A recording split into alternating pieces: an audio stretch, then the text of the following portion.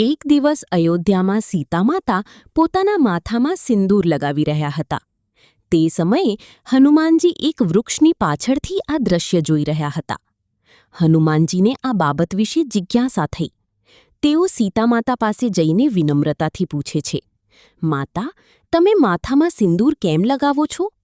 સીતા માતા સ્મિત સાથે જવાબ આપે છે, હનુમાન, હું મારા પતિ ભગવાન શ્રીરામજીની લાંબી આયુષ્ય અને સુખ માટે સિંદૂર લગાવું છું. આ વાત સાંભળીને હનુમાનજી ખૂબ ભાવવિભોર થઈ ગયા. તેમણે વિચાર્યું કે જો થોડું સિંદૂર લગાવવાથી ભગવાન રામજીનું કલ્યાણ થાય છે, તો હું તો મારા સમગ્ર શરીર પર સિંદૂર લગાવી દઉં. અને તરત જ હનુમાનજીએ પોતાના આખા શરીર પર સિંદૂર લગાવી દીધું. જ્યારે હનુમાનજી આવી સ્થિતિમાં શ્રીરામજી સામે આવ્યા, ત્યારે સૌ ચકિત થઈ ગયા. શ્રીરામજી હસીને પૂછે છે, હનુમાન, આ શું કર્યું?